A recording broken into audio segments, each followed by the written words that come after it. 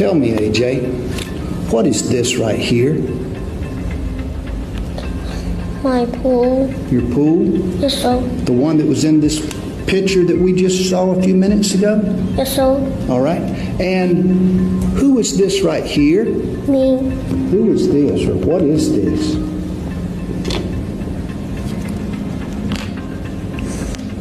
My mama. Okay. And what is she doing? Killing my sister. On the surface, it seemed like a tragic accident. A 7-year-old girl found floating in her backyard pool. A desperate 911 call. A mother performing CPR, begging her daughter to wake up. 911. I need an ambulance. What's wrong, ma'am? My daughter fell in the pool and she's not breathing. Where at, ma'am? In Esto. Ma'am, what's your address? 3343 First Avenue South. 3343 First Avenue South. Yes, down the road from the post office at the very end. What's your phone number, ma'am? 850-263-0759. And she's not breathing. How old is she? She's 7 years old. All right, hang on just a second, ma'am. But within 24 hours, everything changed. The only witness to Adrianna Hutto's drowning was her 6-year-old brother, AJ. And when he spoke, his words turned the case upside down. And you said your mama did this. Who is your mama? Amanda Lewis. Okay. Is she in this room today? Yes, sir. Where is she? Can you point her out and show the judge where she is? She's right here. Okay. At just 6 years old, AJ accused his own mother of murder. His testimony would become the heart of one of Florida's most controversial child murder trials. A trial that ended with Amanda Lewis being convicted of killing her own daughter. But was Amanda a cold-blooded killer? Or had a traumatized child been led to believe something that never happened? This is the story of Adrianna Hutto. August 8, 2007, Esto, Florida. It was a blistering summer day, the kind where the air was thick and the heat pressed down like an invisible weight. The small rural town of Esto, with a population of just a few hundred, was quiet. Nothing ever seemed to happen here. Inside a modest single-story home, 27-year-old Amanda Lewis had just finished her usual overnight shift as a nursing assistant. She was exhausted. Her 2 youngest children, 7-year-old Adrianna and 6-year-old AJ, were already awake, glued to the television, watching cartoons. In the back of the house, Amanda's 14-year-old stepson, Alan Michael, was still asleep in his room. Amanda barely had the energy to do more than drop her things and collapse on the couch. Within minutes, she was asleep. For the next few hours, the house remained quiet. By early afternoon, Amanda woke up, still groggy but knowing she had things to do. The kids were restless, eager to go outside and burn off some energy before their planned trip to buy school supplies. Amanda agreed but gave them a firm warning: no swimming. The pool in the backyard was above ground, 18 feet wide and 4 feet deep. It was a rule in the Lewis household that the children weren't allowed to go near it unsupervised. The ladder had been removed and locked in the shed, making it impossible to climb in, at least in theory. Satisfied that the pool wouldn't be a danger, Amanda grabbed a quick shower. She moved through her usual routine, switching loads of laundry, folding towels. She wasn't paying attention to the minutes slipping by. Then, something made her stop. Looking out the window, she noticed AJ playing outside, climbing a tree. But something felt off. Adrianna wasn't there. She didn't worry at first. Adrianna was independent, often wandering behind the house, the shed, and her favorite spots in the yard. But as Amanda walked through the house, checking room by room, there was no sign of her daughter. Then, through the back window, something caught her eye. When I looked at him, he was on the wagon, reaching over in the pool, raking at something. And I asked him what was he doing, and he said that Adrianna was upside down in the pool. and she wasn't moving. Her stomach dropped. Amanda rushed outside, running as fast as she could through the yard. And then she saw her. Floating face down in the water was Adrianna. Her body was still, her hair fanned out around her like dark ribbons. Amanda's heart stopped. Amanda immediately ran to the pool, jumping into the water and grabbing Adrianna's lifeless body. She pulled her daughter onto the grass, laying her flat on her back. Her skin was pale, her lips had turned blue, and she wasn't breathing. Panic surged through Amanda as she tried to wake Adrianna, shaking her and shouting her name. When there was no response, she turned to CPR. She pressed down on Adrianna's chest, trying to force the water from her lungs, but there was nothing. No movement, no signs of life. Frantic, she grabbed her phone and dialed 911. 911. I need an ambulance. What's wrong, ma'am? My daughter fell in the pool and she's not breathing. Where at, ma'am? In Esto, Ma'am, what's your address? 3343 First Avenue South. The dispatcher put Amanda on hold, relaying the emergency to responders. In the background, a faint voice from the emergency team could be heard giving instructions to begin CPR, but the message never fully reached Amanda on the other end of the line. All right, hang on just a second, ma'am.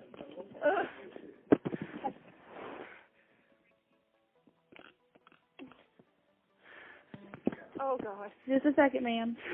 Her lips are purple. What do I do?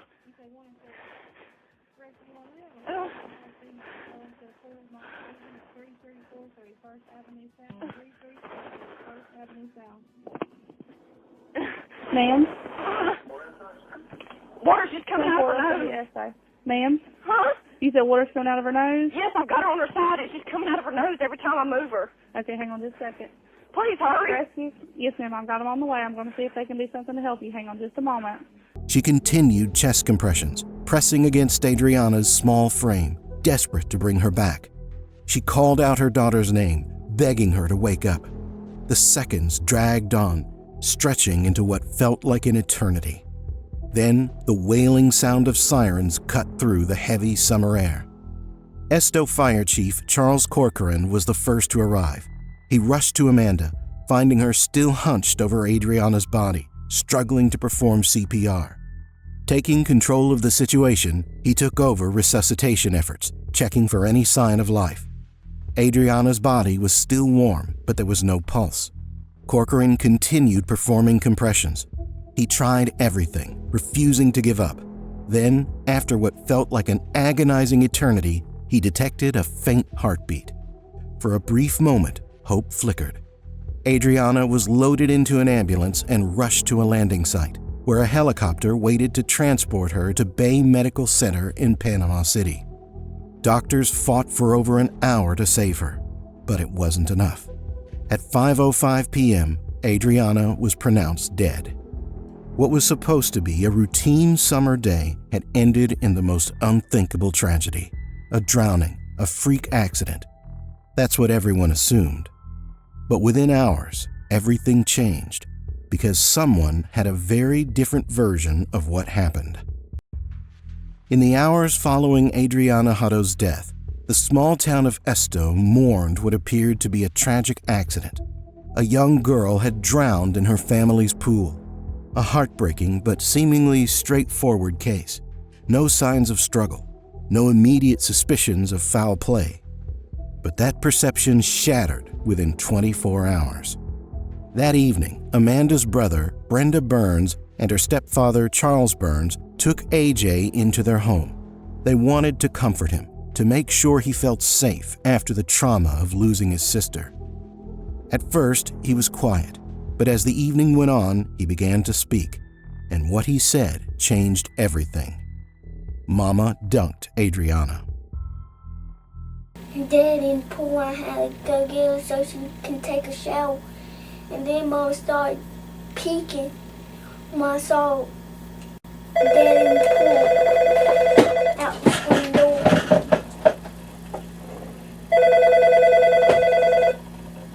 The sliding glass door, the pool ain't where y'all park. The pool is a little bit close to the shed. We all part. Brenda and Charles sat frozen.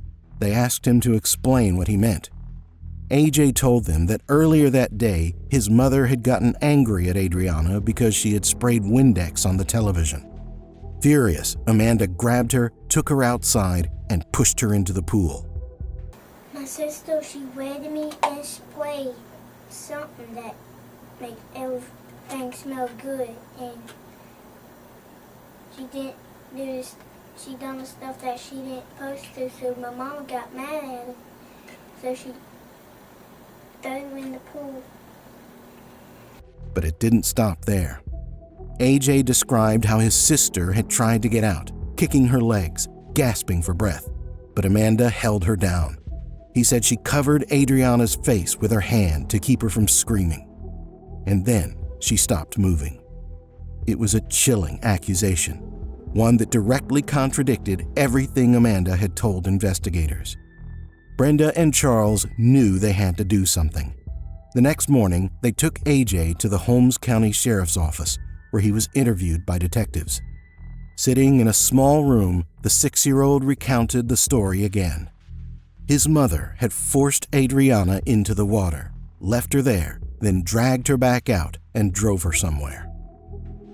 Adrianna was trying to escape from Mama, and then Mama pulled her back in the car. And then once they got back home, Mama threw her back in the pool. And then she started drowning again. Adrianna started drowning? And then when she had to take a shower, my mom told me to go get her. And then when I was standing in the wagon, she was dead. Detectives sat in stunned silence. They handed AJ a piece of paper and some crayons and asked if he could draw what he had seen. His tiny hands moved across the page. A stick-figure girl was in the pool, her arms spread out. Next to her was another figure, standing in the water, pushing her down. At the top of the drawing, AJ wrote, "She did." Who is this? My mother, And who is this? my sister, What is this right here? my mother's arm. Your mother's arm? Yes, sir. Okay. What does this mean right here? She did. Died. What? She died. She died. Okay. You mean your sister died? Okay. What this too bad? What does that mean? That means it's scary. It was scary. When this was happening, could you see it? No, sir. Was that a yes or a no? Yes. It was enough for detectives to completely change the direction of their investigation. They no longer believed Adrianna's death was an accident. They were now looking at a murder. Detectives needed more than just AJ's statement. A 6-year-old's testimony wouldn't be enough to convict someone of murder. They needed evidence. They returned to the scene, examining every detail: the backyard pool, the red toy wagon still sitting beside it, a child's bicycle just a foot away. At first glance, it looked like an accident waiting to happen, like Adrianna had climbed up on the wagon, lost her balance, and fallen in. But there were things that didn't add up. The medical examiner's report raised immediate concerns. Bruises were found on Adrianna's forehead and face. Some could have been from a fall, but others, they were suspiciously placed, almost like pressure points, as if someone had held her down. And then there was Amanda's behavior. At Bay Medical Center, where Adrianna had been airlifted, Dr. Renee Fox had observed something that disturbed her. When she approached Amanda to discuss her daughter's condition, Amanda didn't ask her about chances of survival. She asked where the vending machines were. Dr. Fox had seen countless grieving patients. The reaction was unusual. An hour later, when the doctors delivered the devastating news that Adrianna was gone, Amanda's response stood out even more. I would, if you remember, ma'am, what was the mother's demeanor when you told her that?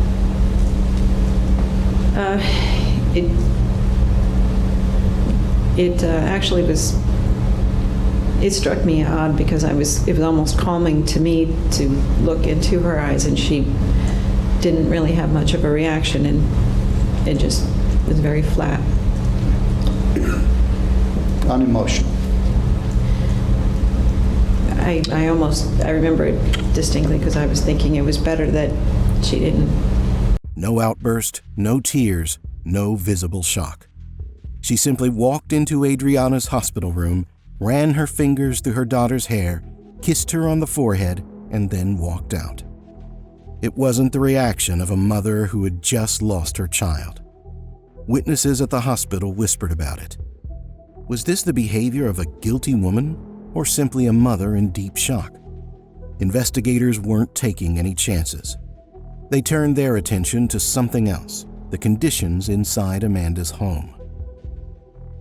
As the investigation deepened, more concerns about the Lewis household began to emerge.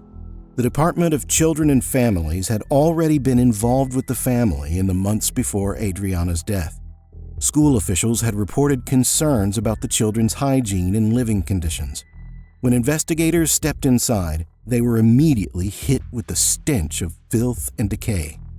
The home was cluttered and dirty, with little sign of organization. There were no toys in the children's room. Amanda claimed she had taken them away as punishment.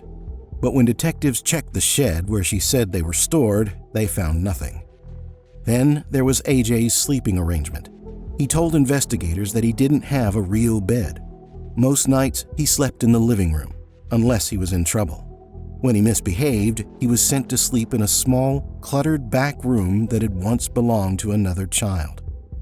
AJ also admitted that he and Adrianna sometimes went without meals. He said that on the day Adrianna died, she hadn't eaten anything. No breakfast, no lunch. What did y'all have for breakfast? We didn't have breakfast. Did y'all have any cereal? We didn't have nothing for breakfast. So you didn't have no lunch either? What did Adrianna have? Nothing. She didn't have no breakfast either? Yes, sir. She didn't have no lunch either? Yes, sir. DCF's records revealed a history of concerns about Amanda's parenting. She had lost custody of another child in the past, a 6-month-old baby named Alexis, who had died under mysterious circumstances. At the time, the death was ruled as natural due to a seizure disorder. But now, with Adrianna gone as well, investigators began questioning whether it had really been a coincidence. More and more, the case was shifting. To some, it no longer looked like a tragic accident. It was beginning to look like something far darker. And Amanda Lewis was now the prime suspect. The case against Amanda was building, but investigators still needed to confront her with what they had learned. On the evening of September 14, 2007, barely a month after Adrianna's death, police showed up at Amanda Lewis's home and placed her under arrest. The charges? First-degree murder and aggravated child abuse. As she was led away in handcuffs, Amanda maintained her innocence. She insisted that she had never harmed her daughter, that what happened was a tragic accident.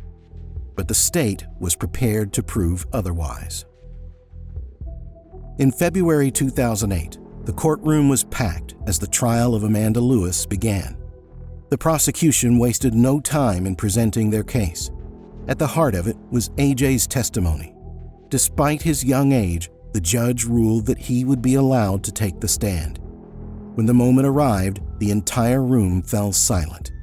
AJ walked to the witness stand, his small frame barely visible behind the wooden podium. His voice was soft but unwavering as he recounted what he had told investigators. He repeated the story, explaining how his mother had drowned Adrianna as punishment. He described how his sister had screamed and struggled. Then, the prosecutor asked him a crucial question. You said your mama did this. Who is your mama? Amanda Lewis. Okay. Is she in this room today? Yes, sir. Where is she? Can you point her out and show the judge where she is? Right here. Okay. Amanda Lewis's defense team knew the case against her relied almost entirely on AJ's testimony. They argued that he was too young to be a reliable witness and that his story had changed in key ways throughout multiple retellings. At first, AJ had said he saw his mother drowning Adrianna. Then he said he had only heard splashing from behind the house. He also mentioned Adrianna running away and Amanda chasing her, a detail that didn't match the timeline or what anyone else reported. The defense also focused on who had been taking care of AJ after Adrianna's death: his grandparents, Brenda and Charles Burns. Brenda had never approved of Amanda's parenting. In the days following Adrianna's death, she and Charles had taken AJ into their home. Some believe that in those early hours, they may have unintentionally influenced his memories. Would a 6-year-old child, surrounded by grieving adults, start believing what they suggested to him? And then there was Amanda herself. She took the stand in her own defense. She was visibly nervous, her voice shaking as she swore to the jury that she had never harmed her child. She described that moment, walking outside, seeing AJ standing on the wagon by the pool, the moment when her stomach dropped, when she realized Adrianna was in the water. Thank you. Tell us your name, please. My name's Amanda Lewis. How old are you, Miss Lewis? I'm now 29. 28, I'm sorry. Are you nervous? Yes. Have you been able to sleep? No, sir. Have you been able to eat? No, sir. You heard the statement that was played here today, the statement that you gave the police the day that this happened. Did you tell them the truth that day? Yes, sir. When you looked out and you saw AJ standing in that wagon, was there any water coming over the pool at that time? No, sir, there wasn't. Did AJ get wet at all? No, sir. Did he have to change his clothes? No, sir. She walked the jury through those terrifying seconds, racing to the pool, reaching over the side, trying to grab Adrianna. When you got out there to your daughter, how were you able to get her out of the pool? Were you able to do what Alan Carnley's doing in this photo or something similar to that? I had to stand beside the pool and lean toward her. Did the pool collapse when you leaned against it? No, sir. You see Alan Carnley up there. Was that sort of what you were doing, reaching into the pool? Yes, sir. And how were you able to grab onto Adrianna? I was able to reach far enough to grab her foot. Okay. And how did you get her over the side of the pool? I pulled her to me and rolled her over and got her out. Okay. She explained that she rolled Adrianna over, pulled her onto the grass, and started CPR. Were you able to get water out of her? There was water coming out, yes, sir. Were you ever able to get any response from her? No, sir. Okay. Then came the toughest questions. Amanda was known as a strict mother. She admitted that she had punished Adrianna in the past, taking away her toys when she refused to clean her room. But she denied ever being abusive. In fact, Adrianna got a lot of spankings, didn't she? No, sir, she didn't. Well, did she stay in trouble a lot back then, ma'am? She did get in trouble, yes, sir. She got a spanking for trying to put a bulb in that light one time, didn't she? She did, yes, sir. Okay. And you used to discipline her by grounding her in her room, right? Yes, sir. And that room, you will agree, didn't smell very good, did it, ma'am? No, sir, it didn't. It smelled like it reeked of urine, didn't it? She wet the bed constantly. It reeked of urine, didn't it? Yes, sir. The court heard about Adrianna's behavioral struggles. She had been diagnosed with ADHD and had once threatened her little brother with a knife. Amanda had taken her to a behavioral center for evaluation, trying to find ways to help her control her anger. The defense painted Amanda as a tough but overwhelmed mother, a single parent who had done her best but had struggled with a difficult child. And were you trying to teach her to swim? We were trying to teach her to swim, yes, sir. How far or how advanced along was she in terms of trying to learn how to swim? She really wasn't that advanced. She had learned how to paddle. But how about holding her head underwater? She did not like her head underwater. Okay. Amanda admitted that she had tried to get Adrianna to hold her breath and practice submerging her face, but that her daughter had always been hesitant.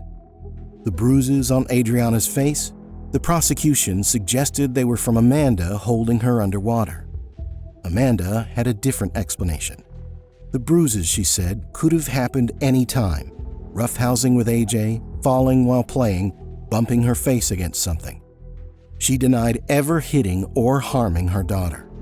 But then the prosecution delivered one final revelation, and it was one that shook the courtroom. Amanda had lost another child before. Years earlier, when Amanda was 17, her 6-month-old daughter, Alexis, had died under suspicious circumstances. The official cause was ruled as a seizure disorder, but now, with Adrianna's death, investigators began to question whether Alexis' death had truly been natural. The jury was left to consider a haunting question. Had Amanda Lewis lost 2 children to tragic circumstances, or had she killed them both? After 4 days of testimony, the jury was sent to deliberate. The tension in the courtroom was suffocating as everyone waited. The prosecution had painted Amanda as a cold-blooded killer, a mother who snapped and drowned her child in a fit of anger. The defense, on the other hand, argued that the case was built on the inconsistent testimony of a 6-year-old, with no solid physical evidence proving murder. For hours, the courtroom remained in heavy silence. Would the jury see this as a tragic accident, or would they decide that Amanda Lewis had intentionally killed her daughter? Finally, after just 2 hours, the jury returned. All eyes turned toward them as the judge prepared to read the verdict. Amanda remained seated, her hands resting in her lap, waiting for the words that would decide the rest of her life. The foreperson's voice broke the silence.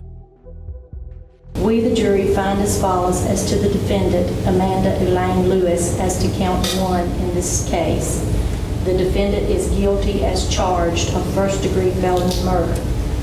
We, the jury, find as follows as to the defendant, Amanda Elaine Lewis, as to count 2 in this case. The defendant is guilty as charged of aggravated child abuse. A murmur spread through the courtroom. The decision had been made. Amanda had been found guilty of killing her 7-year-old daughter, Adrianna. The judge wasted no time delivering the sentence. Life in prison without the possibility of parole, the maximum penalty under the law. Amanda was led away in handcuffs and sentenced to spend the rest of her life behind bars. Outside, the case sparked heated debate. For some, justice had been served. The jury had believed AJ's story, that Amanda had held Adrianna under the water, ignoring her desperate struggle for air until she stopped moving. For others, the case had been rushed to judgment. They argued that a 6-year-old's testimony had sent a mother to prison for life, with no direct forensic evidence proving that Adrianna had been murdered.